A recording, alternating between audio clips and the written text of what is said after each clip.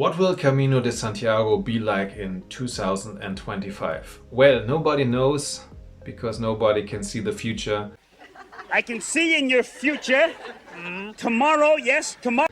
But we can guess actually from the statistics of the last year what will be going on the Camino in 2025 and how full and crowded it will be.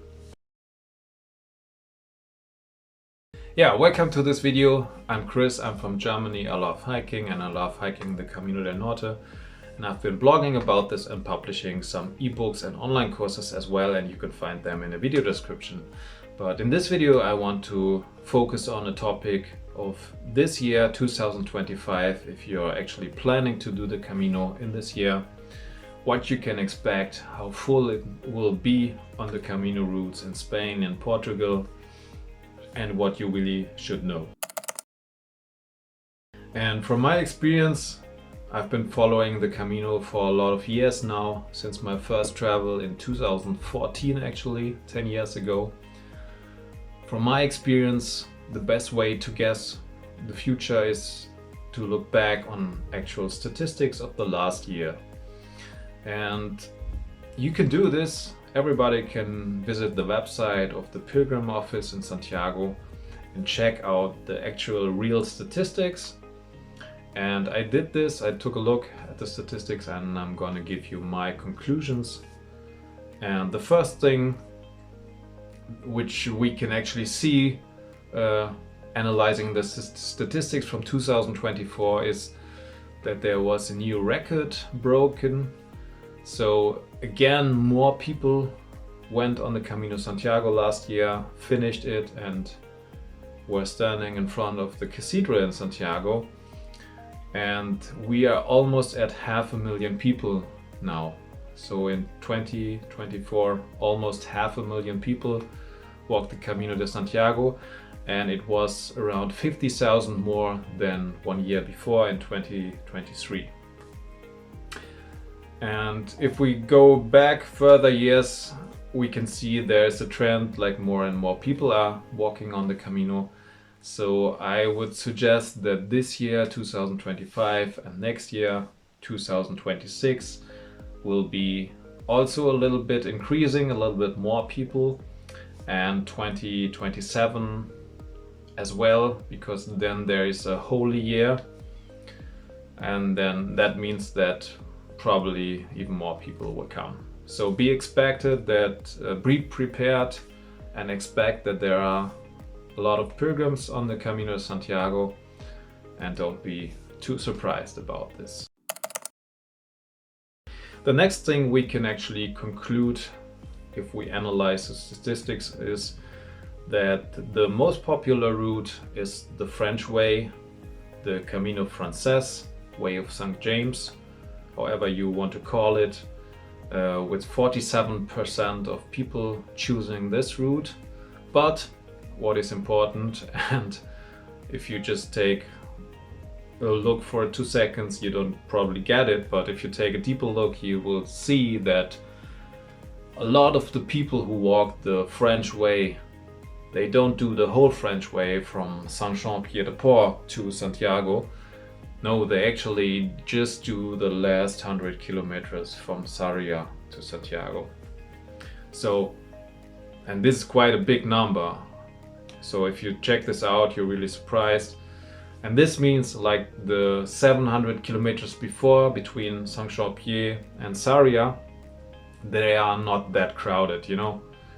Just the last 100 kilometers from Sarria to Santiago, this is the distance, 100 kilometers you need to walk to actually get the composteal, the document in Santiago that proves you are a pilgrim. And that's the reason why some people, often it's school classes, they just do the last 100 kilometers, or organized travels, they just do the last 100 kilometers. And that is the reason why in the statistics it seems like every second pilgrim walks the whole Camino Francés, but it's actually not true.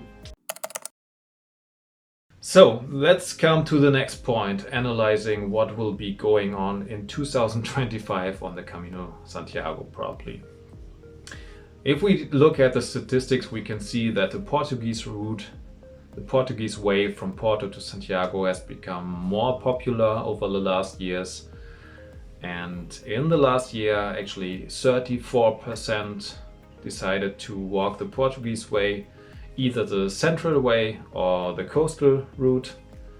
Both is possible. And if we go a few years back, I remember it was like 25% choosing Portuguese way, and now it's already 35% almost.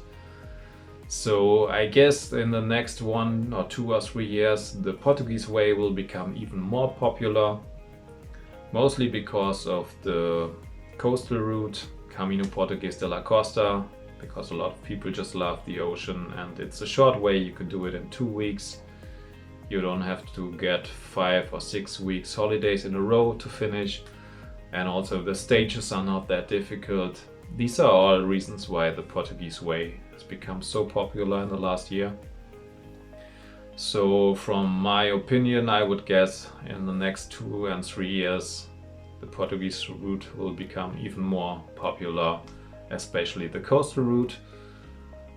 If you're interested to walk this route, check out my ebook on the coastal route and the central way in Portugal if you want to have further information about this and know how to prepare. And if we continue analyzing the statistics, we can also see that the other routes, they have just little numbers of pilgrims, like Camino Primitivo, Camino Inglés, Camino del Norte, they're all in Spain. They just have something like 4 to 5% of people choosing this route. And compared to the other 2 routes we just had, this is really not a big number, But there's something you have to keep in mind, that although the number of pilgrims walking these routes is not very high, the number of accommodations and pilgrim hostels and albergues is also not that high on these routes, So if you do the Camino del Norte, for example, there are not so many albergues like on the Camino Francés, That's just one thing you have to know. So that means, in other words, the albergues will also be quite crowded in the summertime, I guess, especially in the holiday season, because they don't have so many albergues there, and it's actually good to keep this in mind. Further information I could guess from the pilgrim statistics are that the most popular months to walk the Camino de Santiago are actually the summer months, like June, July, August. These months have been popular for a long time, because then the weather is quite stable and good, and a lot of people have holidays. But also late spring, like May, there are a lot of people on the Camino already, and early autumn, September, the number of pilgrims who actually arrived in Santiago is also quite high. And another fact, if we compare men and women walking, then it's actually quite 50-50 more or less. But the women are slightly more on the Camino de Santiago, and there's actually a lot of women who do the Camino on their own, which is a good thing. And altogether, to conclude for the Camino 2025, I think it will be a little bit like the last year, just a little bit more pilgrims again. So be prepared that you're not alone. And also don't be afraid of too many people on the pilgrim, because if you watch this video carefully and you listen to what I gave you on information, you will know that a lot of people just do the last 100 kilometers of the Camino Santiago, mostly on the French way, Camino Francés, from Sarria to Santiago. So this part of the Camino is really crowded, especially in summer. It's going to be really crowded, but This also means that other parts of the Camino Francés and of the other routes are not always crowded. So it's good to know. I think it's good information. It's full, but it's not overcrowded all the time. So this was like a 10-minute quick analyze of the pilgrim statistics of 2024 and some conclusions on how it will go on 25, 26 on the Camino de Santiago in Spain and Portugal. Thanks for listening, for watching. If you have questions, just leave a comment and have a good day. Buen Camino. Talk to you soon.